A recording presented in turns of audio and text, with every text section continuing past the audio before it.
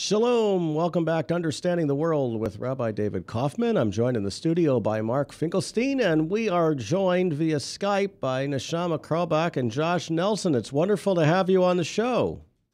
Hey. How are you? I'm good. It looks like you're cold there in New York City. It's a little chilly. It's a balmy 20-something today. So I think it was -8 here, so it's a little cold. We've got all kinds of questions, and I'm trying to figure out where to start. I had originally asked Neshama to talk a little bit about making Aliyah to the Reform movement, and I kind of want to talk about both of you kind of have URJ Biennial experiences, and Josh, I have to say one of my favorite URJ Biennial experiences ever, and I kind of want to start with you just to get the ball rolling here, was when President Obama came to speak to the URJ Biennial in Washington, D.C., you were up there doing entertainment because he was running late. And you had to delay in order to kind of keep the crowd occupied. What was that like? Low stress. Low stress. I remember you did this amazing Great Balls of Fire. It was unbelievable. I love that. I think one of the best renditions of Great Balls of Fire that I've ever seen. So there is sort of this interesting element of crazy fear in the room once the Secret Service gets involved. Because it's a funny thing. No one was actually allowed to move in the room, and I happened to be the only one standing. And so because of that, it sort of fell into my lap to sort of keep things moving until the president could arrive. So we had a really good time, and I think everybody really enjoyed the moment. Yeah, it was pretty amazing. So, Neshama, tell us a little bit about your experience at the URJ Biennial. I was lived my whole life as a modern Orthodox Jew, and I think I've been a little bit sheltered, and I think I've been a little bit disappointed, frankly, at the way people treat each other. And when I said Aliyah, I experienced an elevated sense of spirit and purpose, being with all of my Jewish brothers and sisters who I'd never had exposure to, just in terms of I don't know, that's a funny thing to say, but it feels like it's been a little bit separated. And my Aliyah was based in sort of an inspiration that I had, feeling like the world is just smaller and that I have family that I've never known before, and that we are all one in a really great way. And it also really restored my faith in Jewish community in general. And I feel very grateful, very, very blessed since then. And I have not converted. People think I've converted. I get that all the time. Like, what does that mean? Aren't we all Jewish? Yeah. Aren't we tired? Yeah. And you've talked about, the welcoming and the unity idea. And I think that's important to talk about. How do you, as Jewish professionals, Jewish musicians, interact with Reform, Conservative, Orthodox Jews and Jews of all stripes? What is your experience with that? Go ahead. I think that the issues that seem to sort of plague the Jewish community are the same issues that plague spiritual communities everywhere. They're not necessarily specifically indicative of our community, but there is sort of this constant sort of fear of the other and a fear of that which is not the same as ourselves. And, I see maybe 50 synagogues a year in my travels, and sometimes I get off the plane and I go right to the shul, and I like to take some time and clear my head before services start.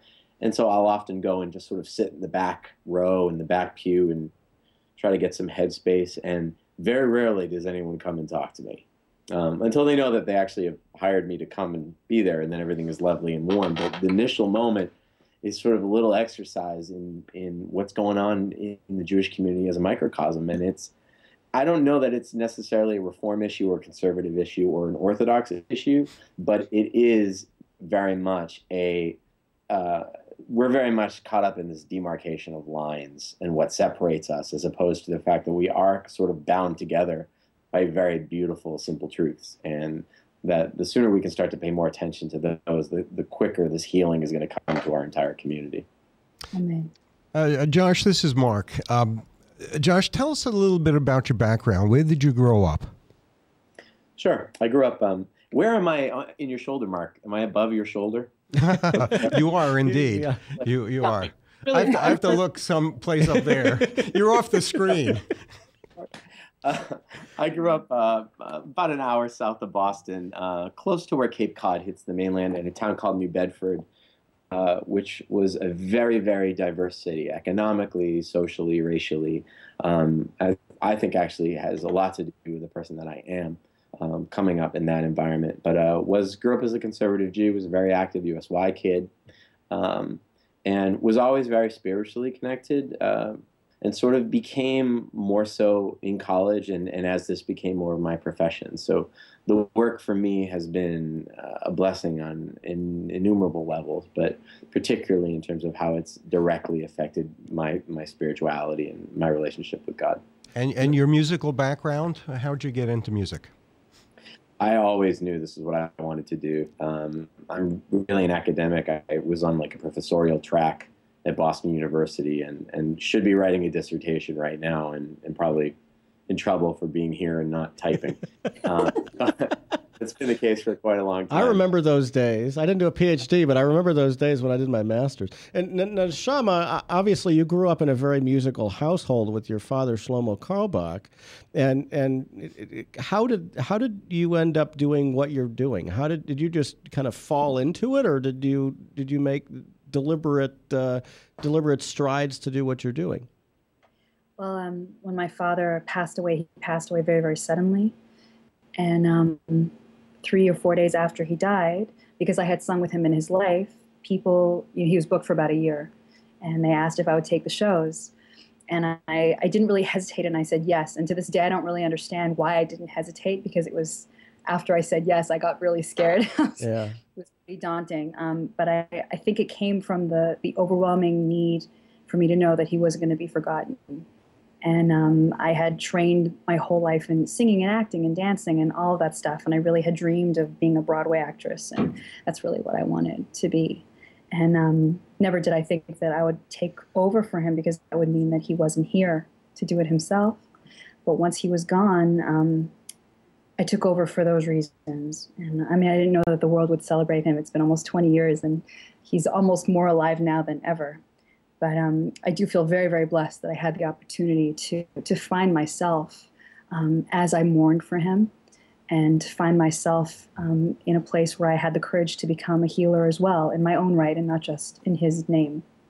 Now, I see a theme. When we've communicated, the word soul comes up a lot, and obviously your name also connects to that. But Return Again, in particular, your father's song and how you sing it, it's just this haunting lyric. It's one of my favorite songs, period, of any kind.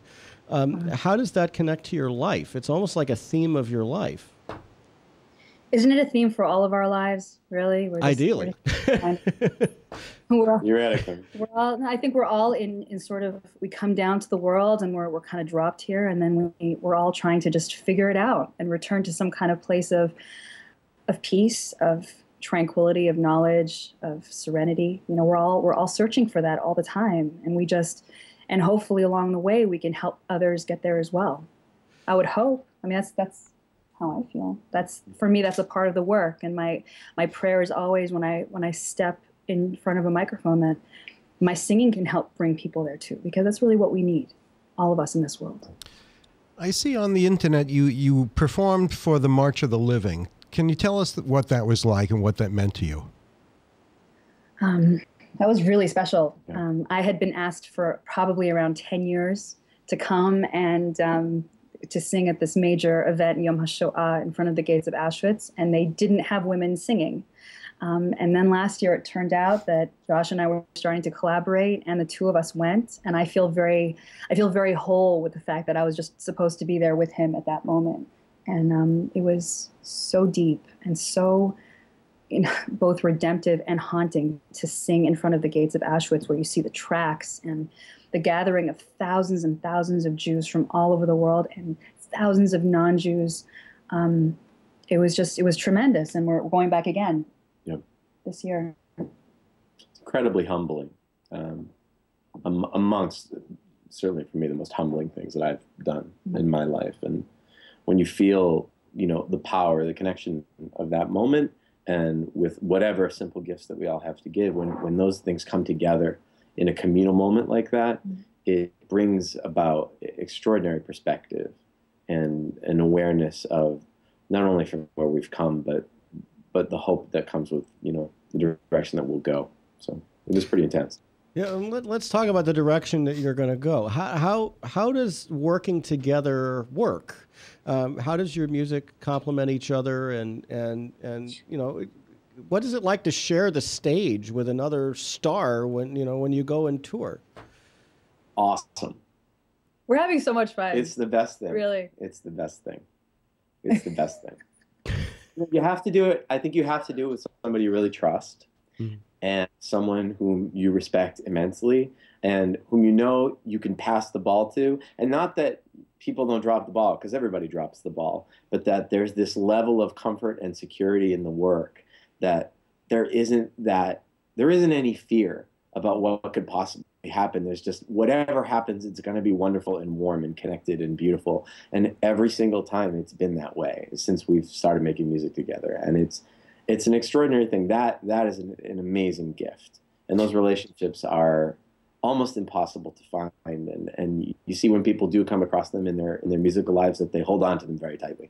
So I think we both feel really fortunate. We do. It's cool. At least at some level, your styles seem to be so different. True?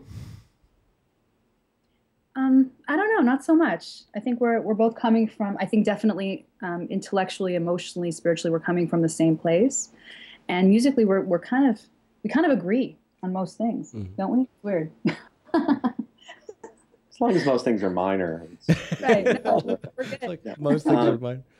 I mean, we clearly, I think that, you tend to be known for performing and distributing music from a certain sort of vein and sometimes in a certain genre. But both of us really have wide, musical backgrounds in a lot of different styles and really wide experiences and deep influence bases that are pretty broad. So we find ourselves often when we just listen to music for enjoyment that there's a lot of crossover and that we appreciate. Interestingly, surprisingly sometimes, really sort of esoteric things that are a little out of the mainstream that we both really enjoyed or were into or were familiar with, and we find that a lot. So I think we actually have a pretty shared base of musical sensibility. So who do you both listen to? Who are your kind of musical influences? Neshama Carlebach. What? No, it's actually true, but it's kind of a joke with us that like we were fans of each other. I think for a long time, and we never really had the chance to work together, but we sort of followed each other's careers and were aware of what the other was doing musically. We were on gigs together from time to time. The Jewish music world is pretty small. But I don't know, what do you listen to? I love jazz a lot, and I hear it sort of in my head, and I think Josh has such a wide, incredible, vast education background in music. I think that's where it begins, Yeah. But it keeps going. Forever and ever. I'm a big jazzer, too. I mean, I taught jazz at university for a long time, and really, it's sometimes I find myself soloing on stage, and I'm like, oh, Miles wrote that, which is sort of the idea, right? That you learn from these masters, and that you borrow and make your own the things that move you. But I think it's beautiful that your background is really broad, and there's theater music, and there's classical music, and there's beautiful pop and folk music, and some bubblegum pop music, and it's a lot. We all need that. We all need that. And we all need that. The soul music too. I know Neshama and I talked a little bit about your work with an African American pastor and choir, and can you talk a little bit about that? Yeah, I've been working with Reverend Roger Hambrick and the Green Pastures Baptist Church Choir for 8 years, and they are, I just adore them on every level. People ask me sometimes, why did I decide to work with a choir? And my answer is always, always that I woke up one day and I was privileged to find family in these people. And that's where our work has come from. It was just a meeting of the minds and of the hearts. And the way that they worship, I think it's also been like a funny, confusing thing. It makes me feel more Jewish. It makes me feel we all come from such a beautiful place of wanting to be one with whatever that spirit is, whatever that universal energy is. And the way that they praise God is so powerful. I feel like I'm the best Jew ever when I'm singing with Baptists. So there you go. Yeah. It's been very special. Where are some of the other places that you'll be besides Des Moines? David, you're going to be coming to. I have to show you the picture here. If you want to know what Josh and Neshama look like walking, here's the picture of Josh and Neshama walking. Can I just tell you how cold we were taking that photograph? Really, really cold. Very. We're excited to have the two of you coming to Des Moines at the end of March 28th to 30th, actually, to do all kinds of different things. And I have to say, Des Moines is a unique community. We've got you coming and doing a service at the Conservative congregation and a concert at the Reformed congregation and a program at the Orthodox congregation. So you're going to be a part of our whole community here. Which I think is, talking about congregations working together. You're going to be in a bunch of different places here. I think it may be a unique experience. Yeah, I think it's a very rare gift that all members of your Jewish community kind of come together to collaborate in that way, because, we've both been to communities where that just really doesn't happen, and people are just very, very polarized and very separated. And it seems that you guys in Des Moines, you know how to do it. And bless you for that. We try. So tell us a little bit about what you're working on now. What kind of projects? What is the Carlebach Nelson project working on right now? Project. Okay. Okay. Yeah. We're doing all kinds of things. Neshama's finishing a record. We've been working on that for about 6 months, which we're really, really excited about. That should be tied up, I think, hopefully within a couple of weeks. We'll have it when we come to you. Okay. Wonderful.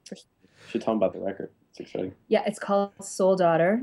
And we began to record it at the time when my father's play Soul Doctor was on Broadway, which I was co-creator of, that Josh became involved in as well. I had the privilege of performing on the stage. It was really, really special to have my father exposed to the mainstream world in that way. It was very, very exciting.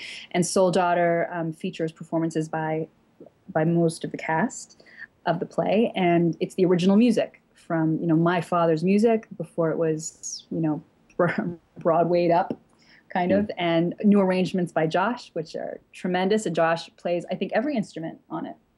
Yeah, you do. He's always like, I don't really play much. I play mostly guitar. He's the most talented genius musician that I've ever worked with. It's incredible what this man can do. And I hope that all of you out there, that you have the ability to really delve into the Joshness of Josh.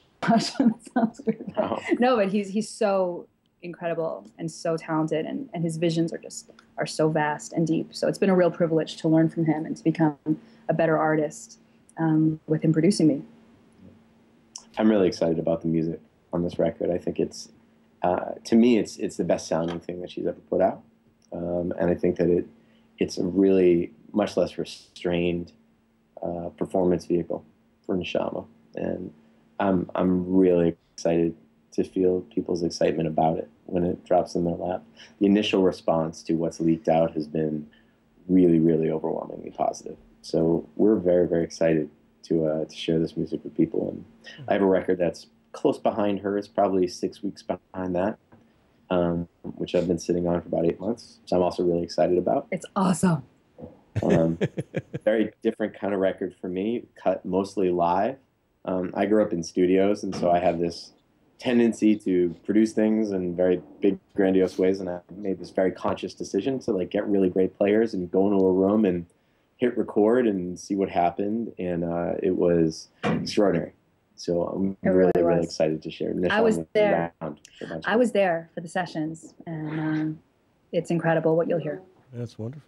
Well, I can tell you, Josh, just from going to the URJ Biennials and seeing what you can do with a large group of people who you don't get lots and lots of practice with, it's pretty amazing what you could do live. With a large group of Jewish souls, what could be done? Big mishpacha. In the best way. It is. I love how you said that, David. That was hot. It's one of my favorite things. I mean, I have to tell you, the highlights when I go to those conventions and I think of highlights of the year or 2 years.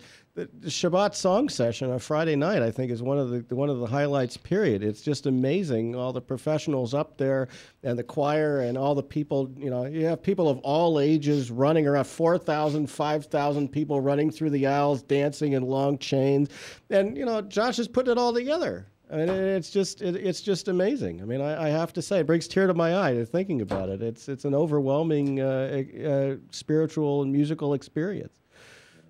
You know, it's funny that those experiences are very rare, especially in the music world, I think, because generally the music world is hyper competitive. It's one of the hardest businesses that exists. And to see, you know, a huge community of artists without ego, without a sense of who they are individually, but much more so about who they are as a family, and really coming together to celebrate this time of being together, even, you know, in a gigantic empty space that is a convention center. Like, we create holy space. We make sacred space out of what 5 days earlier was basically the tarmac floor and a big concrete box. And so it's a powerful thing. It's some of my most powerful memories are standing there and watching it happen. Just looking out and seeing that they're really, people have a chance to really just be joyful and to let go of what they left at the airport before they took off. And it's gas that fills my tank. It keeps me going personally also as well. I mean, I remember one of those times when Debbie Friedman was there.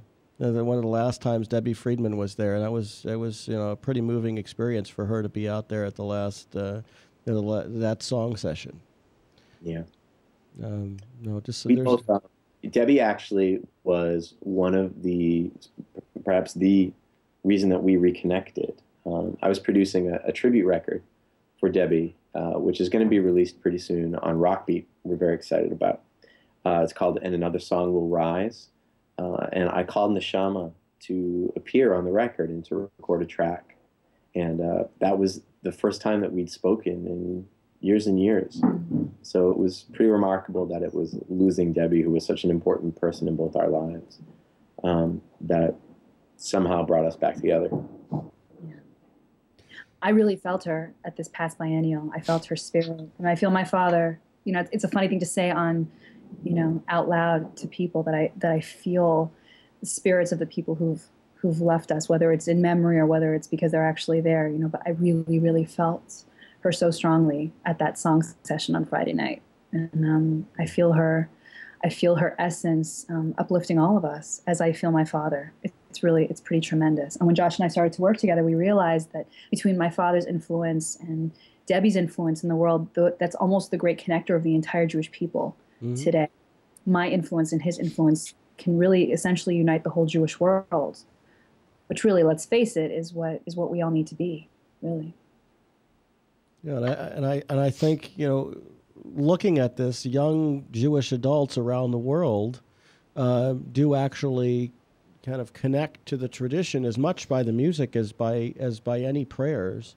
And you know, when you're dealing with kind of universal songs that people know, or that they grew up on, blessing songs. I mean, you know, B'Shem Hashem from your father is a song that, you know, a lot of families put their kids to sleep to. Yes. And you know, Misha Barak from Debbie, you know, these are songs that are almost universally part of the Jewish world now. Yes. They are the prayer, really. I mean, there are some people who they know the melody, but they don't know the words. They don't know where the words came from, and it almost doesn't really matter, because when they sing it, the longing is through the notes. It is the breath. The longing and the essence of the prayer is what they're celebrating at that moment, what they're connecting to. And to me, in this day and age, I'm sure for Josh too, it's almost that longing that's more important than connecting to the actual prayer. Yeah, I had a person who was a Holocaust survivor, and I did the funeral, and they said, you know, she believed in angels. And is there anything, Rabbi, is there anything you can do, you know, say a prayer at her funeral that was about angels? And I said, I can't really say a prayer because there really isn't a good prayer that I could say about angels, but I can sing that song. And I can tell you, I sang B'Shem Hashem, the blessing song, at graveside for this woman who was close to 90 years old, Holocaust survivor, and everybody was just completely in tears. I don't know how I got through the song, but it was a pretty amazing moment. You know, so music can really transcend who we are in that way. You know, and the music that does that, it has so much to do with melody and rhythm and all those things, but even more so, I believe it has to do with authenticity of intent. Mm-hmm. And where your heart is when it comes out of you, and what are you trying to do when you compose it? Mm-hmm. Are you writing just so people can have something to sing, or they can have a catchy melody? Or are you really writing? Are you writing your story? Are you writing your soul into the piece? And those pieces of music, you know, whether Jewish or spiritual, or even just meaningful, powerful melodies of master composers, they come from a place that's honest and real, and a true sort of giving of the soul in that way. And those are the pieces that people feel, and they feel like they hit them right in the heart. So, you know, when you talk about it that way, I think that resonates with us very much in the same way, that we know those melodies as a listener as much as a performer, and we feel them the same way. So it's pretty powerful stuff. Absolutely. Yeah, certainly, if anything characterizes the music of your dad, Neshama, it's his fervor, it's the kavanah. And the stories he told along with it are part of the same ethos. It's a seamless blend between the story and the tradition and the music and the way it's sung. And you can't sing a Carlebach tune without feeling its fervor, its onward motion. It's a wonderful feeling, and that's part of his legacy. Yes, thank you. Sure. Thank you. I agree.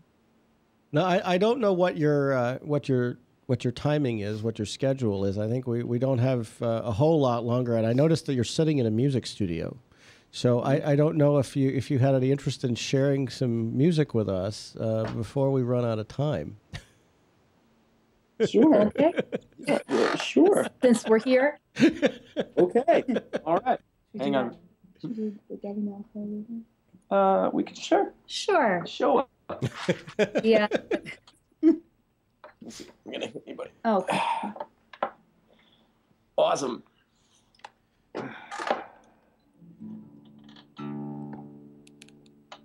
No, that's not. Where'd you go? Where'd I go? So we did this little song together the first time we were in. Oh wait, I can't see it. When we were in Florida doing a concert, and it was a little combination of my father and Debbie, and people just cried. And I'm very excited about bringing forth that power.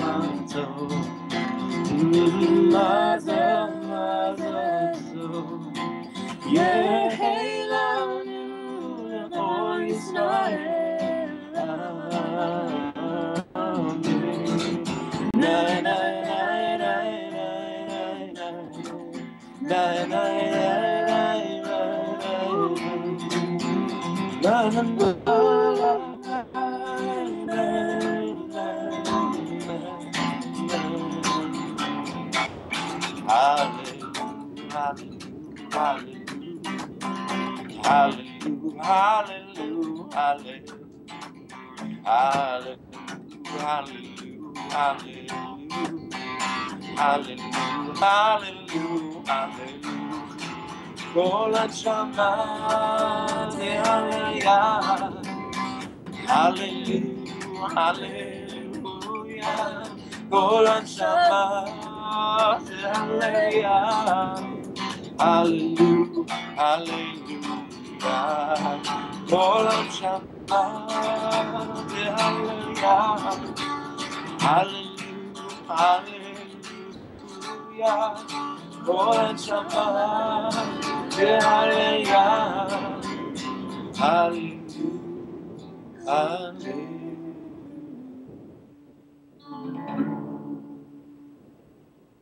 No, it's wonderful. Absolutely wonderful. So, end of March, you're coming to Des Moines, and where can people find you? How do they follow what you're doing? We'll be out on the street in Brooklyn in about 30 minutes. A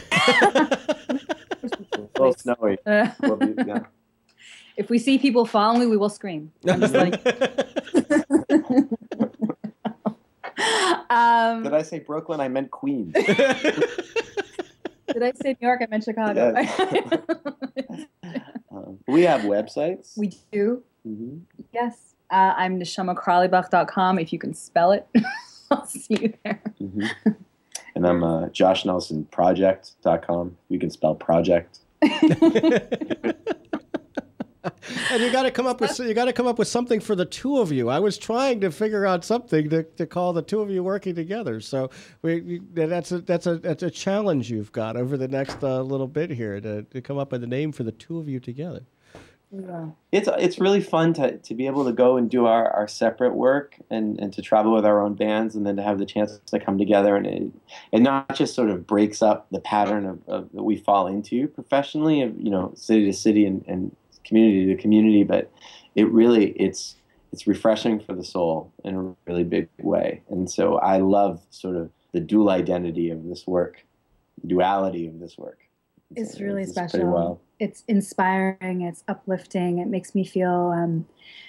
I think it's a funny thing to say that I've always felt very blessed and powerful in the work, and I'm 100% more powerful with Josh. I feel like we have a lot of healing to do and to bring to the world, and we're ready to bring it together.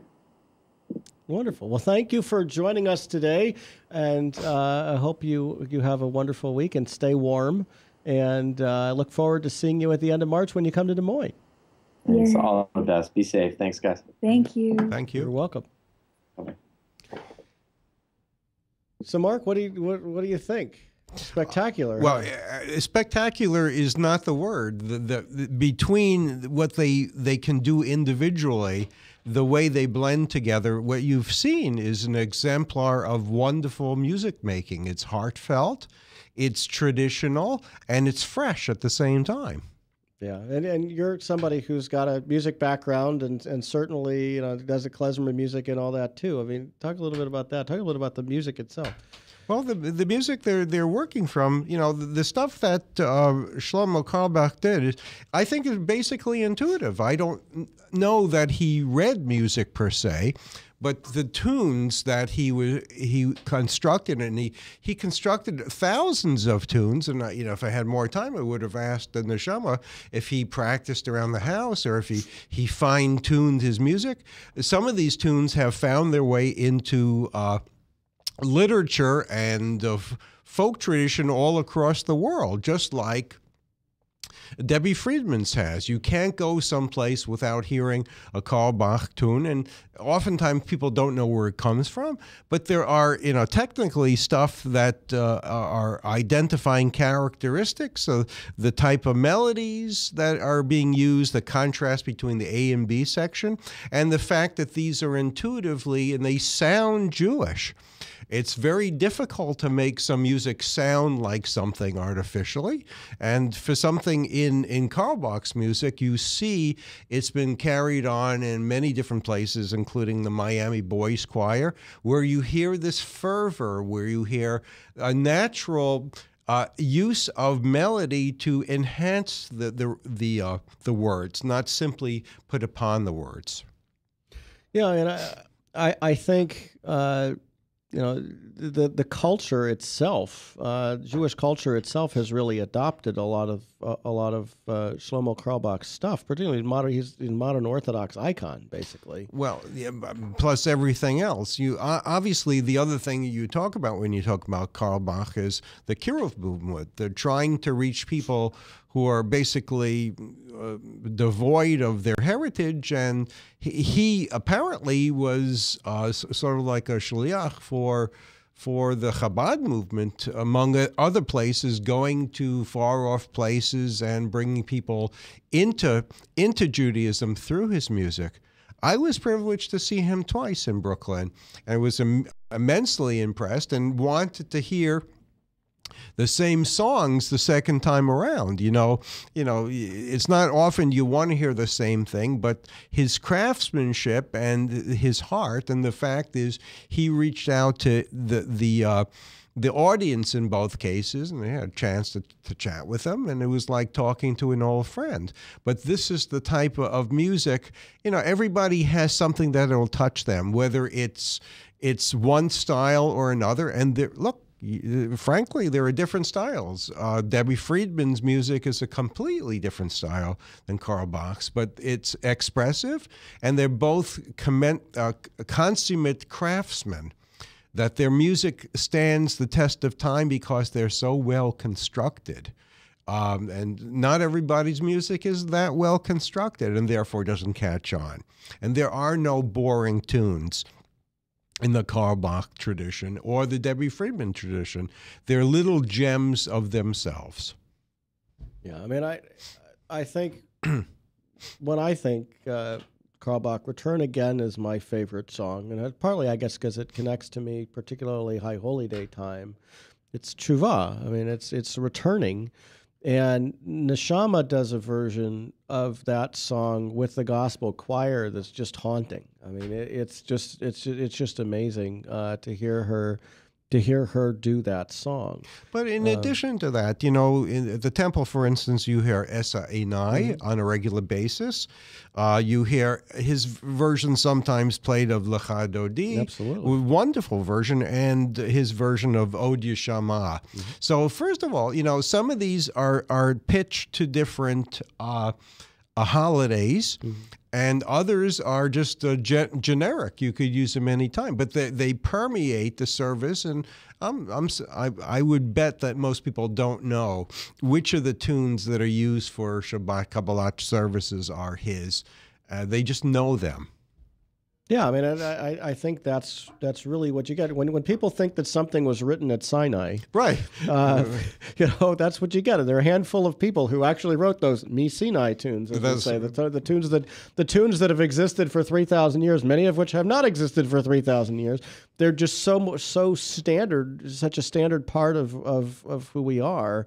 That's what you end up with. But as well, I alluded to the fact that Shlomo Carlebach is almost as famous for the stories he told and the fervor in spinning out the tales, and how then it gets portrayed in the particular music he uses with it. And people were fascinated just listening to the stories themselves. And, we have lots of holidays in the Jewish tradition that are based on stories. Passover, in particular, well, really the whole Jewish tradition is, but Passover in particular is a storytelling holiday. Yes, it's not really a holiday where you're supposed to just kind of read something. You're actually supposed to share the story and contribute with it and make yourself a part of it. And music helps do that. But if you can bring the music to the rest of the year, and have that music help to tell your story the rest of the year, which is what this music really does. Well, in addition to that, the music of Carlebach and his point of view is of Kedusha, and that you could have certain music, but the way he spoke, he talked of the holy people singing and praying together, and that makes you feel not only good, but part of something that's eternal. Wonderful sensation. And to a certain extent, this is the same kind of experience that people get when they actually go to Israel. And yes. They can connect to That's something. right. That's right. I had this conversation with MD Epwright this morning, who just went to Israel on a Christians United for Israel African Ministers trip. And he was just he was teared up telling me how overwhelmed he was by that connection. Let me say a few words about him, because I guess he's going to be a guest in a couple of weeks. 2 weeks he'll be a guest. Yeah. M.D. Upright is from the Tabernacle Church in Christ down in Valley Junction. The Church of God in Christ. Church of God in Christ. And this was a church that was assisted after the floods in 93 by the temple. Yeah. And so they had a program, an Israel program the other month, and went down there, and in the hallway, number one, there's a picture of the rabbi from the temple, Rabbi Fink, and handing over a check or something like. It's displayed in the main sanctuary, in the main foyer of the temple, and then you have the pictures of Pastor Upright's trip to Israel, and we know exactly where he's gone, and to see those pictures there and his attachment to it is overwhelming. Yeah, it's pretty amazing, when people feel connected to something. Well, plus which he's the warmest guy you'd ever want to meet. He is a wonderfully warm guy. So, and talking about his experience he was talking about going to the River Jordan and getting baptized in the river and how overwhelming an experience that was. Well, the trip we took in September with some folks made a short stop at that particular place. We know exactly where he was. And so that means something to both him and to us. And it's something we can share, and we look forward to introducing him to our listeners. Absolutely. And next week on the show...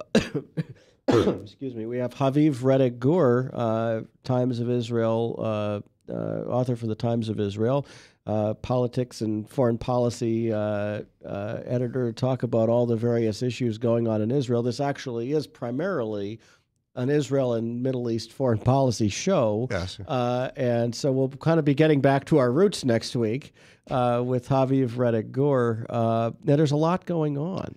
Well, there's more than you can shake a stick at. Look at all the different regions. Every country in the region has some sort of issue that intersects with both the United States and the State of Israel. And now tonight we've got the opening of the Olympic Games in a city that is totally unprepared to host anywhere near the number of people they have.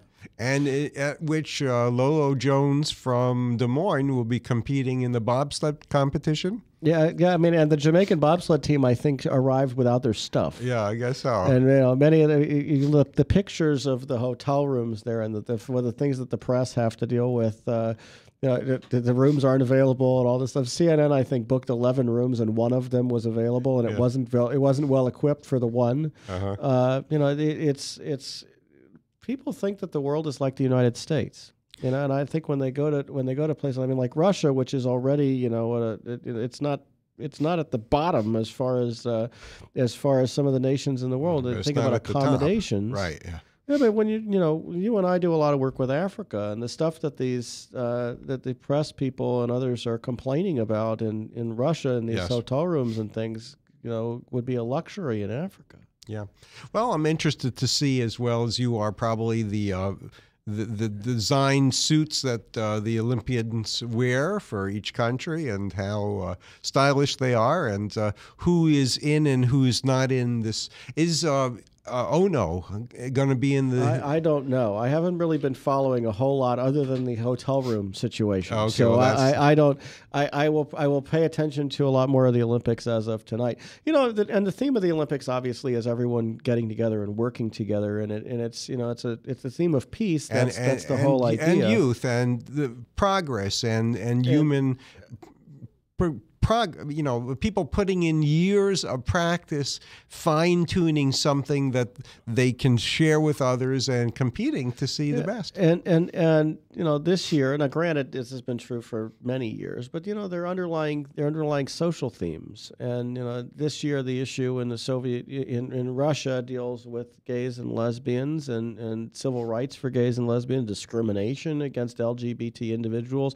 Virtually every Olympics going back many generations has had those kind of themes, and while I'm not a fan of Russia's policies for sure, and I wish they would change their policies, I do think that stressing those issues and raising awareness is a good thing. Yeah. So that the people who are complaining about it, I think, are doing what needs to be done. Let's raise awareness about these things and hope that we can get the Russian government to think differently about their policies regarding LGBT human rights, basically. Yeah. And we certainly hope that the security situation in Russia is better than the hotel room situation going forward. And it's there are a lot of threats against the games, and so it's a real consideration when we're dealing with the situation in the Middle East. We know what can happen with terrorism, right? And so there's always that concern. And again, I thank you for dedicating the show to the memory of Barry Rubin, who is a wonderful academic and thoughtful person.